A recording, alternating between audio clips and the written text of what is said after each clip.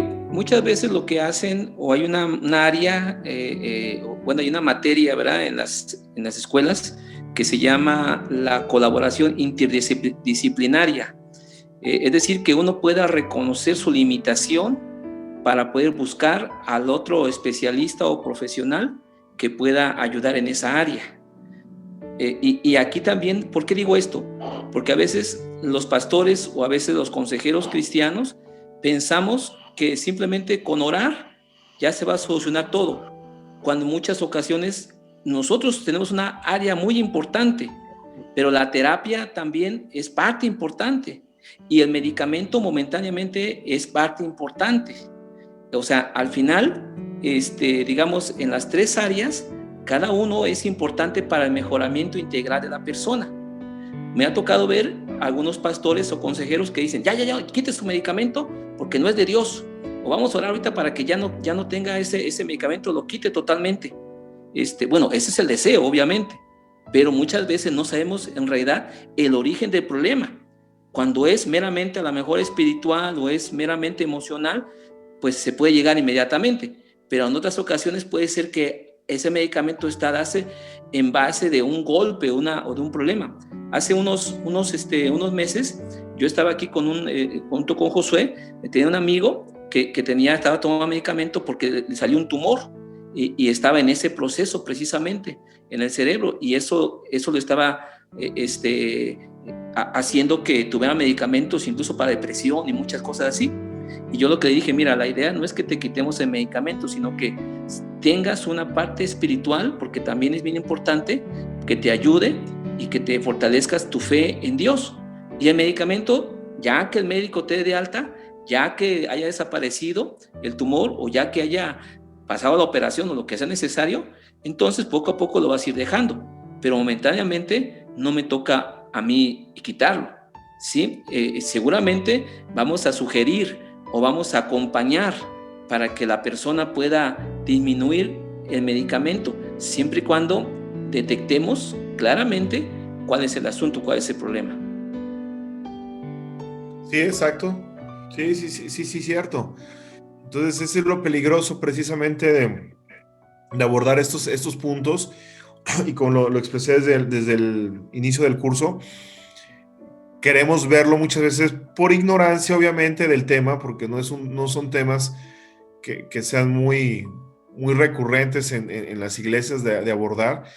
Entonces lo queremos manejar todo finalmente con el aspecto espiritual, porque lo que vemos nosotros pues es la punta del iceberg, ¿no? Ves una persona que se quiere suicidar o que ha perdido el sentido de la vida, o vemos de repente comportamientos indebidos y tú dices, no, pues está en pecado, ¿verdad? O sea, es muy fácil catalogarlo en esa situación, pero efectivamente, o sea, tiene que ser interdisciplinario, finalmente el tratamiento de muchos de esos aspectos. Y qué bueno, Antonio, me da gusto que como pastor tengas esta visión, porque en verdad creo que son pocos los pastores que tienen esta apertura a ver las cosas no solamente en el aspecto espiritual. Entonces, es muy bueno porque pues, obviamente la consejería que des como pastor pues, va a ser muy integral, respetando también el área psiquiátrica en los casos que se tengan que, como bien lo dices, manejar. Entonces, por eso es que hay esas dos posturas, ¿no? Finalmente en la Biblia no vamos a encontrar de alguna manera eh, algo bíblico en donde te diga, sí puedes tomar psicotrópicos o no puedes tomar psicotrópicos. Hay quienes están en contra y quienes están en favor. En Santiago dice, hermanos míos, dice, tened por sumo gozo cuando os halléis en diversas pruebas, sabiendo que la prueba de vuestra fe produce paciencia, mas tenga la paciencia su obra completa, para que seáis perfectos y cabales, sin que os falte cosa alguna. Definitivamente muchos cristianos, esta va a ser su área de maduración, de crecimiento espiritual. Va a haber muchos hermanos que por su contexto social, que han tenido sus vivencias desde su infancia, van a tener un testimonio, como nosotros decimos, muy fuerte, o vienen de un pasado muy fuerte, con vivencias de índole de violencia, de humillaciones, o de fracasos, y que de alguna manera han sido tan fuertes estas vivencias que afectan la capacidad de regular las emociones del cerebro. Por ejemplo, yo les ponía el ejemplo, cuando nosotros estamos a lo mejor cargando una pesa en un gimnasio y yo cargo algo que es extremadamente más pesado de lo que mis huesos y mis músculos pueden soportar, pues corro el riesgo de que se desgarren mis músculos o que inclusive se me fracture el hueso, ¿no? Por tanta carga.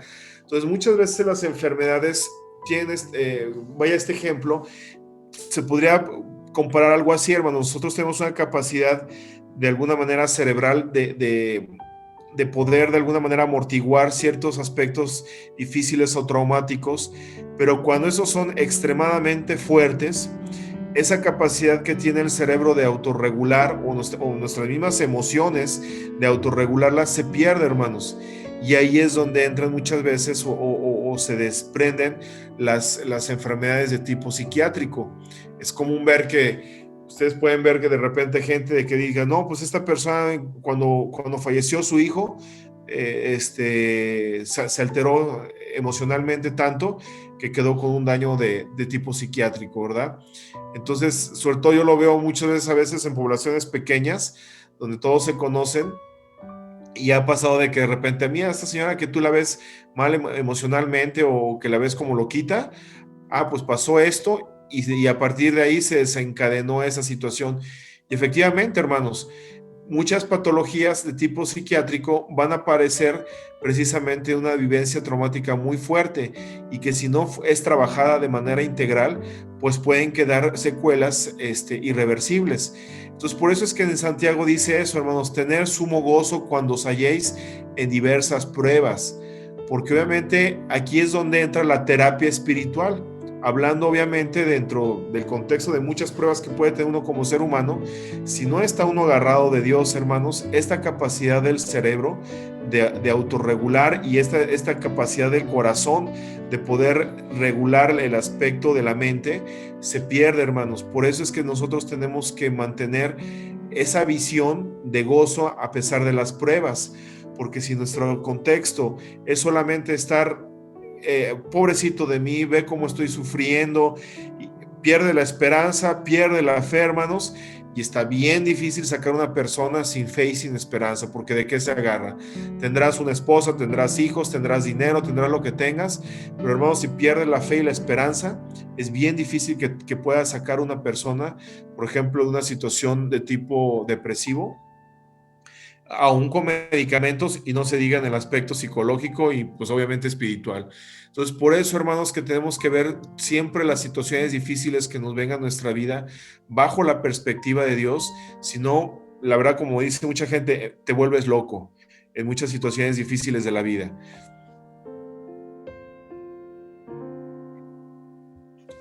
Cultura de no sufrimiento. El problema, hermanos, que estamos viviendo actualmente, y por eso es que cada vez hay más personas con diagnósticos psiquiátricos, es que estamos en una cultura del no sufrimiento. ¿Se acuerdan cuando vimos, por ejemplo, el estudio de Radical, que es precisamente la cultura del sueño americano que se ha ido de alguna manera transmitiendo a otros países y que finalmente, hermanos, en el contexto que nosotros lo veíamos, es que estaba creando de alguna manera cristianos light, cristianos que de alguna manera creen estar agradando a Dios bajo un mundo materialista y que obviamente no tenemos esa, estamos muy lejos realmente de agradar a Dios, de la verdadera fe que Dios quiere sobre el cristiano. Pues esta misma cultura, hermanos, afecta en el aspecto de la salud mental de las personas, porque los momentos difíciles de la vida, pues ¿cómo los vas a superar? Artificialmente protegiendo el sufrimiento. Entonces, si tú tienes a un niño que está sufriendo, a lo mejor típico que se ve muchas veces en los matrimonios que se divorcian, los niños andan con problemas emocionales, con problemas existenciales, y ¿qué es lo que hacen? Lo primero que hacen los papás, los llenan de regalos para amortiguar ese dolor o esa situación difíciles que están teniendo los niños. ¿O qué pasa con los papás sobreprotectores, ¿no? Que no quieren que sus hijos les toque nada. Entonces, esa sobreprotección que muchas veces se tienen como padres, les cuartas les limitas la capacidad de crecimiento emocional a los niños, los haces emocionalmente minusválidos. ¿Y qué pasa también con aquellas personas que con el sufrimiento, pues obviamente dices, voy a tratar de amortiguar este dolor a través de las drogas, a través del alcohol, a través de alguna adicción, y que obviamente lo que estamos haciendo es solamente engañando superficialmente y momentáneamente el cerebro, y no estamos enfrentándonos realmente a lo que debemos de hacer como personas. Entonces, en base al versículo que acabamos de leer en el anterior, que está en Santiago capítulo 1, versículo 2 al 4, el sufrimiento no siempre es un enemigo. Realmente el sufrimiento muchas veces te va a ayudar a forjar carácter, te va a ayudar a desarrollar dependencia en Dios, te va a ayudar obviamente a tener una capacidad de autolimitarte, de disciplina, y que eso finalmente te va a traer una estabilidad emocional. Por eso actualmente esta generación que hay de niños o de jóvenes, el problema es que estamos viviendo ya en una sociedad en la cual se les está dando todo a los niños. Quizás nuestros papás vivieron una temporada en lo que vivieron con muchas limitancias, y eso ayudó a que de alguna manera dijeran, pues creo que mis hijos no quiero que sufran tanto. Y a lo mejor la generación que sigue, pues la llevamos más tranquilas. Y obviamente nosotros ya al ser padres, pues todavía queremos dejarles más tranquilos la vida a nuestros hijos. El problema, hermanos, es que estamos quitándoles esa capacidad de madurez emocional a nuestros hijos, y cuando se vienen los problemas en sus vidas, pues no saben cómo poderlos afrontar. Tienen un cerebro o emociones poco desarrolladas que pueden enfrentar, pues realmente no tienen un nivel de capacidad para enfrentar pruebas fuertes, y ahí es donde de alguna manera pues se detonan todos los problemas emocionales y difíciles de tratar. Puntos a considerar, hermanos: desconocemos toda la profundidad del sufrimiento de otra persona. Debemos de ser cuidadosas cuando ofrecemos nuestra opinión sobre los medicamentos. Lo que decía el pastor, realmente a veces se sataniza a una persona que está tomando medicamentos y decimos, no, hermano, lo que pasa es que le falta fe, le falta depender más de Dios, o le falta, pues de alguna manera apegarse más a Dios. Y no, hermanos, realmente la gente, lo vamos a ver, lo estoy ahorita ya estudiando el tema de la depresión. La gente añora, desea, piensa todo el día en mejor morirse, porque es un infierno interno el que está viviendo día a día, por ejemplo, con la depresión. Entonces, hermanos, tenemos que ser más empáticos con estas personas, porque a pesar de que nosotros no nos podemos meter a su cerebro, una persona que está jugando con el suicidio, que está de alguna manera en una situación de depresión muy fuerte, hermanos, no tenemos que aminorar ese sufrimiento, tenemos que ser empáticos. No con eso les digo que tenemos que deprimirnos igual que ellos, pero sí tenemos que entender que están pasando unas situaciones muy difíciles en sus vidas. El alivio del sufrimiento es algo bueno, hermanos, y la cuestión no consiste en si son bíblicamente legítimos o ilegítimos, sino en cómo tomar decisiones sabias y bien informadas. Entonces, finalmente, hermanos, el sufrimiento nos va a llegar, seamos cristianos o no. ¿Estamos en riesgo de tener problemas psiquiátricos como cristianos? Claro que sí, hermanos, que obviamente tenemos un punto de resistencia mucho más fuerte que el resto de la población, porque la forma de ver la vida es distinta. Simplemente con tener fe y esperanza en Dios, como nuestro Dios, como alguien inmutable, alguien que está ahí siempre para nosotros, que no se hace chiquito a pesar de nuestras circunstancias o nuestros problemas. Eso es una verdadera riqueza para el cristiano, hermanos, y nos ayuda a enfrentar de forma más íntegra y de alguna manera más razonable cualquier situación difícil que pudiera haber. Entonces, vuelvo a lo mismo, la gente que no tiene de quién agarrarse, imagínense en qué situación de incertidumbre viven y qué sensibles están, hermanos, de vivir situaciones difíciles en sus vidas y sin poca esperanza. Entonces, para ayudar a otra persona hay que centrarse en lo que está claro en la Escritura. ¿Y qué es lo que está claro en la Escritura? En primer lugar, hermanos, nos ha precedido mucha gente del pueblo de Dios que demostró una fe fuerte en medio de los sufrimientos abrumadores. No sé si alguien quisiera hacer la lectura de Hebreos capítulo 11. Quizás hasta ahí vamos a llegar. ¿Alguien que quisiera leer Hebreos capítulo 11, por favor? Cuando estamos en situaciones difíciles creemos que somos los únicos que en este mundo que hemos sufrido, pero no, hermanos. Vamos a ver aquí el ejemplo de esos hermanos que estaban sufriendo históricamente muy fuerte en esta parte de la Biblia. ¿Quién gusta leerlo?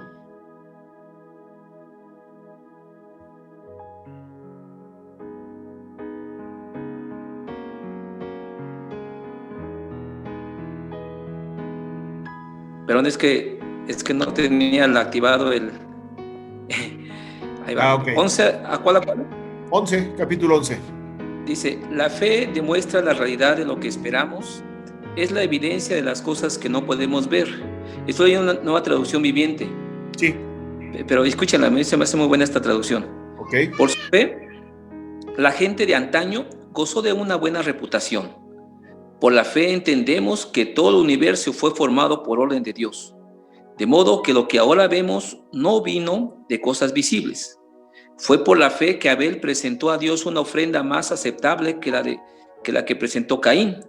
La ofrenda de Abel demostró que era un hombre justo, y Dios aprobó sus ofrendas. Aunque Abel murió hace mucho tiempo, todavía nos habla por su ejemplo de fe. Fue por la fe que Enoc ascendió al cielo sin morir, desapareció porque Dios se lo llevó. Pues antes de ser llevado, lo conocía como una persona que agradaba a Dios. De hecho, sin fe es imposible agradar a Dios. Todo el que desea acercarse a Dios debe creer que Él existe y que Él recompensa a los que lo buscan con sinceridad. Fue por la fe que Noé construyó un barco grande para salvar a su familia del diluvio en obediencia a Dios, quien le advirtió de cosas que nunca antes habían sucedido. Por su fe, Noé condenó al resto del mundo y recibió la justicia que viene por la fe. Fue por la fe que Abraham obedeció cuando Dios lo llamó para que dejara su tierra y fuera a otra que él le daría por herencia. Fue su fe sin saber dónde iba. Incluso cuando llegó a la tierra que Dios le había prometido, vivió allí por fe, pues era considerado como extranjero que vive en carpas. Lo mismo hicieron Isaac y Jacob, quienes heredaron la misma promesa. Abraham esperaba con confianza una ciudad de cimientos eternos, una ciudad diseñada y construida por Dios. Fue por la fe que hasta Sara pudo tener un hijo, a pesar de ser estéril y demasiado anciana. Ella creyó que Dios cumpliría su promesa, así que una nación entera provino de este solo hombre, quien estaba casi muerto en cuanto a tener hijos. Una nación con tantos habitantes que, como las estrellas de los cielos y la arena de la orilla del mar, es imposible contar. Todas estas personas murieron aún creyendo lo que Dios les había prometido, y aunque no recibieron lo prometido, lo vieron desde lejos y lo aceptaron con gusto. Coincidieron en que eran extranjeros y nómadas aquí en este mundo. Es obvio que quienes se expresan así esperan tener su propio país. Si hubieran añorado el país del que salieron, bien podrían haber regresado. Sin embargo, buscaban un lugar mejor, una patria celestial. Por eso, Dios no se avergüenza de ser llamado el Dios de ellos, pues les ha preparado una ciudad. Fue por la fe que Abraham ofreció a Isaac en sacrificios cuando Dios le puso a prueba. Abraham, quien había recibido la promesa de Dios, estuvo dispuesto a sacrificar a su único hijo Isaac, aun cuando Dios le había dicho: Isaac es el hijo mediante el cual procederán tus descendientes. Abraham llegó a la conclusión de que si Isaac moría, Dios tenía el poder para volverlo a la vida, y en cierto sentido, Abraham recibió de vuelta a su hijo de entre los muertos. Fue por la fe que Isaac prometió a sus hijos Jacob y Esaú bendición para el futuro. Fue por la fe que Jacob, cuando era ya anciano, estaba por morir, bendijo a cada uno de los hijos de José y se inclinó para adorar, apoyado en su vara. Fue por la fe que José, cuando iba a morir, declaró con confianza que el pueblo de Israel saldría de Egipto. Incluso les mandó que se llevaran sus huesos cuando ellos salieran. Fue por la fe que cuando Moisés nació, sus padres lo escondieron durante 3 meses. Vieron que Dios les había dado un hijo fuera de lo común y no tuvieron temor de desobedecer la orden del rey. Fue por la fe que Moisés, cuando ya era adulto, rehusó llamarse hijo de la hija de Faraón, Prefirió ser maltratado con el pueblo de Dios a disfrutar de los placeres momentáneos del pecado. Consideró que era mejor sufrir por causa de Cristo que poseer los tesoros de Egipto, pues tenía la mirada puesta en la gran recompensa que recibiría. Fue por la fe que Moisés salió de la tierra de Egipto sin temer el enojo del rey. Siguió firme en su camino porque tenía los ojos puestos en el invisible. Fue por la fe que Moisés ordenó que el pueblo de Israel celebrara la Pascua y rociara con sangre los marcos de las puertas para que el ángel de la muerte no matara a ninguno de los primeros hijos varones. Fue por la fe que el pueblo de Israel atravesó el Mar Rojo como si estuviera pisando tierra seca, cuando por los egipcios intentaron seguirlo. Murieron todos ahogados. Fue por la fe que el pueblo de Israel marchó alrededor de Jericó durante 7 días y las murallas se derrumbaron. Fue por la fe que Rahab, la prostituta, no fue destruida junto con los habitantes de su ciudad que se negaron a obedecer a Dios. Por ella recibió paz a los espías. ¿Cuánto más les tengo que decir? Se necesitarían demasiado tiempo para contarles acerca de la fe de Gedeón, Barak, Sansón, Jefté, David, Samuel y todos los profetas. Por la fe esas personas conquistaron reino, gobernaron con justicia y recibieron lo que Dios les había prometido. Cerraron bocas de leones, apagaron llamas de fuego y escaparon de morir a filo de espada. Su debilidad se convirtió en fortaleza. Llegaron a ser poderosos en batalla e hicieron huir a los ejércitos enteros.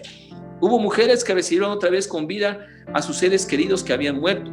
Sin embargo, otros fueron torturados porque rechazaron negar a Dios a cambio de la libertad. Ellos pusieron su esperanza en una vida mejor que viene después de la resurrección.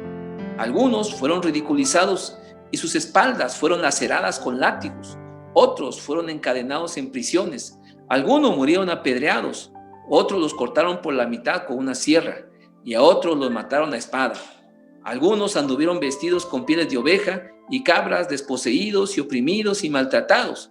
Este mundo no era digno de ellos. Vagaron por desiertos y montañas, se escondieron en cuevas y hoyos de la tierra. Debido a su fe, todas esas personas gozaron de una buena reputación, aunque ninguno recibió todo lo que Dios le había prometido, pues Dios tenía preparado algo mejor para nosotros, de modo que ellos no llegaron a la perfección sin nosotros. Amén. Con eso terminamos, hermanos. Creo que está muy claro por qué estamos tocando este capítulo.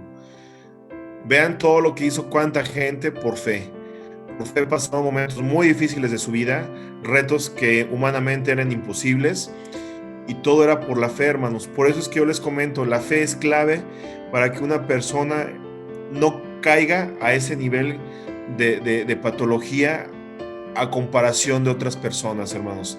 Es realmente una bendición tener fe, tener a Dios en nuestro corazón, y que obviamente eso es lo que nos debe de dar el mayor impulso, hermanos, para de alguna manera nuestra mente pues no caiga en esos problemas de enfermedades psiquiátricas en donde no podemos controlar la mente, porque sobrepasa nuestra capacidad de alguna manera de enfrentar las circunstancias. Entonces seguimos de 8 días con esta introducción a los problemas psiquiátricos.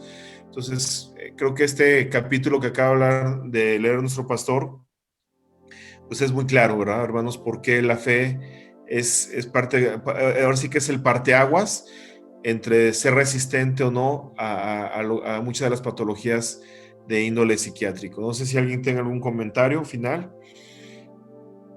sino para quedar despedidos de esta clase.